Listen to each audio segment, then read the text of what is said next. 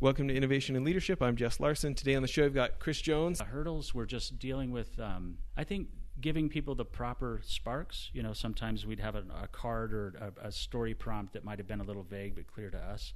I love that you're writing books. That's something I'm a fan of. I was an English major, and so one of the books I'm writing is The Inevitable F Word, How to Turn Failure into Forward Motion.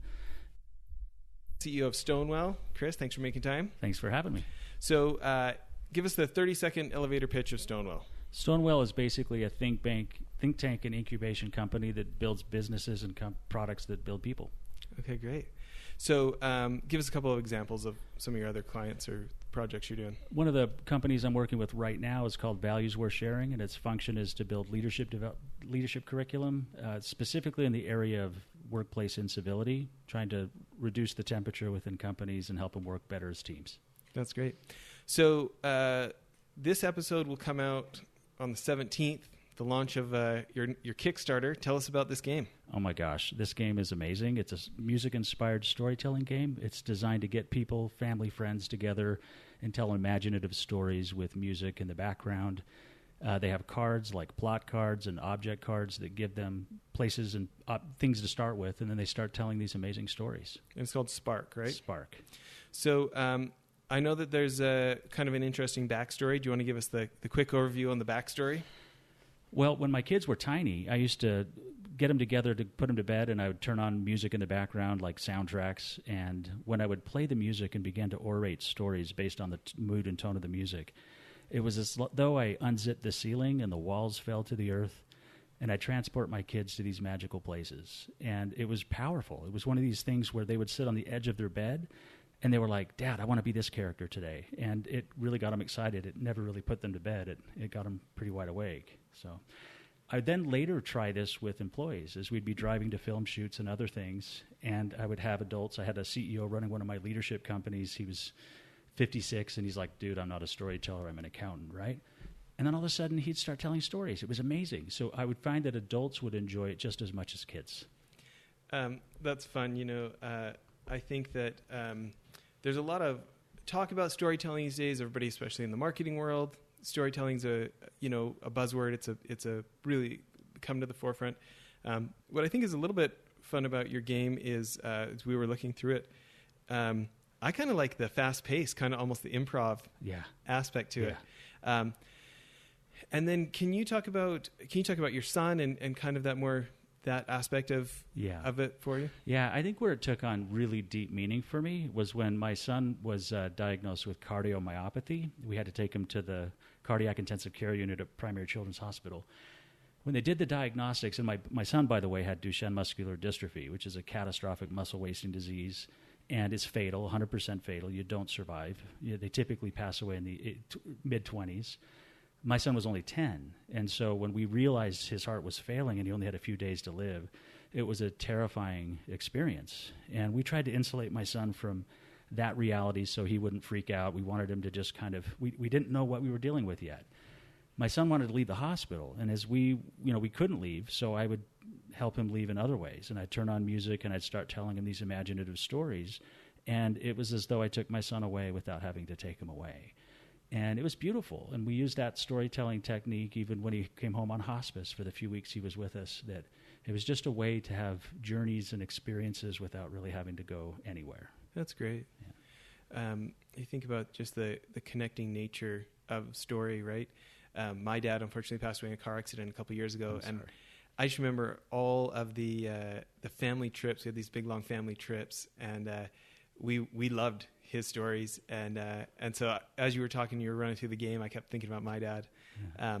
So talk about how long from your son passing away to deciding you were serious about this to actually getting the game made. Well, for the first 4 years after my son's passing, I would write stories about my life experience with my son. I'd be making meaning of my own suffering through my blog, mitchellsjourney.org, right? And so that's what I would start to do. I'd start to make sense of these stories, and I remembered the stories we started to tell Mitch. And I thought, I should do something with this. And so about 4 years ago, 4 years after he passed away, I started to put some framework to this. How do I help people do this easily without having to be so abstract? And it took about a year to start assembling the pieces.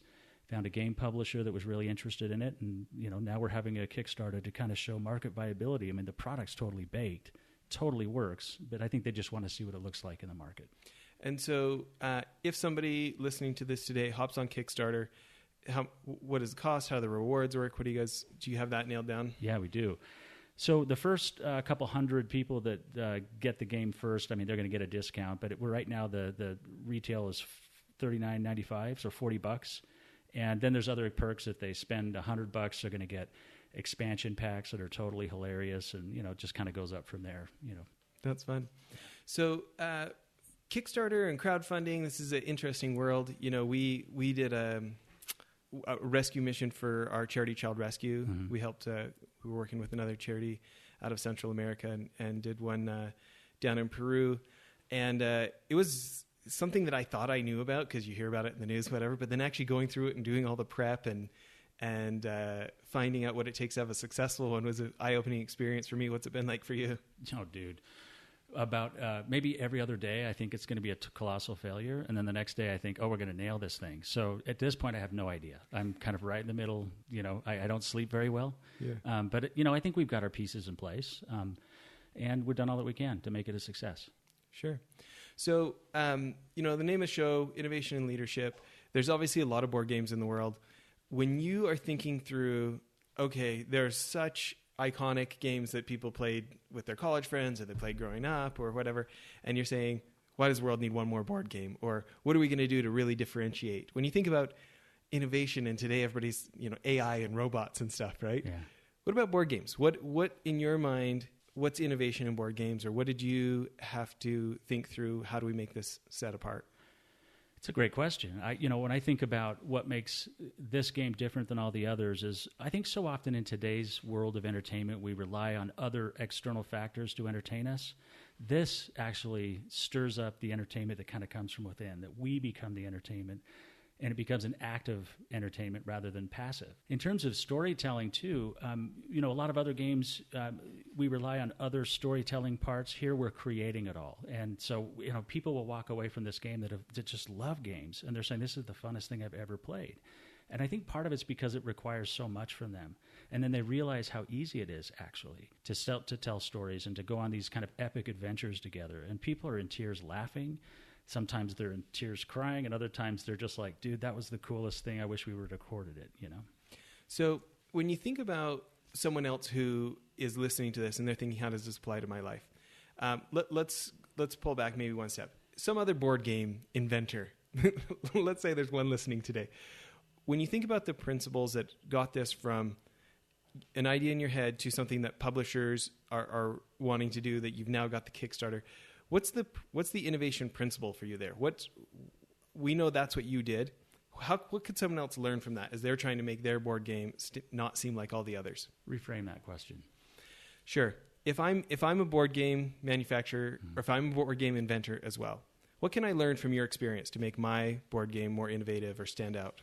I think trusting in the creativity of your players is a huge factor. I mean, we all come to this world with ideas and insights and creative genius that are just relatively untapped. And I think if you give people the proper framework and sparks to create and innovate, you'll find that people have richer experiences. So if you're building games and you can tap into their creativity and they're leaning into whatever that great game's trajectory is, you'll find that it'll be a lot more successful. Sure. So, I'm in the middle of writing my first book right now. I've got a co-author, and I've thought about writing books for years and years. I'm a real audiobook nerd, and there are certain parts of it that I'm finding stumbling blocks and stuff. What about you? What about writing all this? Did it just flow, or what were some of the hurdles you had to overcome? In terms of coming up with a game? Yeah. Oh, man. Hurdles were just dealing with, I think, giving people the proper sparks. Sometimes we'd have a card or a story prompt that might have been a little vague but clear to us. I love that you're writing books. That's something I'm a fan of. I was an English major, and so one of the books I'm writing is The Inevitable F Word, How to Turn Failure into Forward Motion. And, I think sometimes if we don't look at our little stumbles and we don't learn from that as a forward motion event, we can just kind of either stall out or just get discouraged and walk away.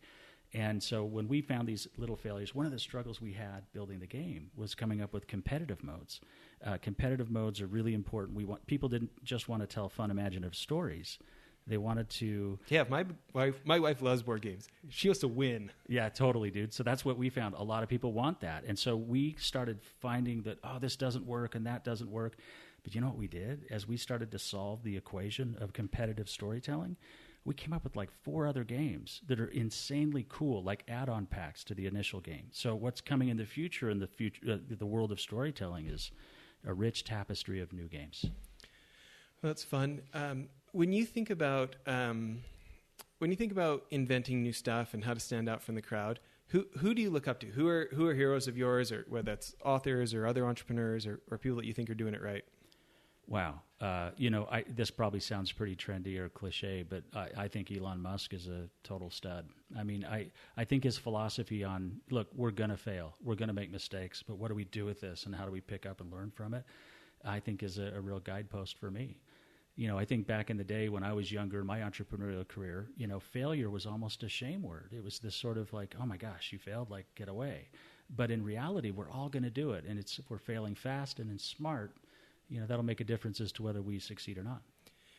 I remember, and I really wish I could remember whose story this was, but an example of that made a ton of sense to me. Somebody like Jimmy Fallon, or somebody who's famous today, okay? This is a way worse story because I can't remember who it was. But they had started, for their high school newspaper, they had been able to get interviews with really famous comedians like Adam Sandler and people at the time. And the advice that they got repeatedly, maybe this is Seth Rogen, can't remember who it was, but the advice that they got was, when you get out there and do stand-up, you're going to be terrible for 2 straight years. That's okay. That's how you get good. So get up there and get booed. Get up there and be bad. That's how you get good. This is what you need to do. And he's like, and I was terrible, right? But the expectation that falling off the bike is how you learn how to ride a bike, versus falling off a bike means that you're not a bike rider. Right. Yeah. I thought it obviously was a huge service to them. And obviously nobody wants to fail any more than you need to. Like, let's not go out of our way to have any extra failures. For sure. But when all of a sudden it's not like a self-judgment, I must be a bad person, I must not be an entrepreneur, or I must not be an author, versus an anticipated part of that's how the sport is played, it is interesting, isn't it? It is. Yeah, absolutely. Yeah, I've seen too many people shy away from growth opportunities just because they're afraid or flinching, and they shouldn't be. I mean, you make smart decisions, you study what other people do, you make informed decisions, and you go as fast and hard as you can and learn.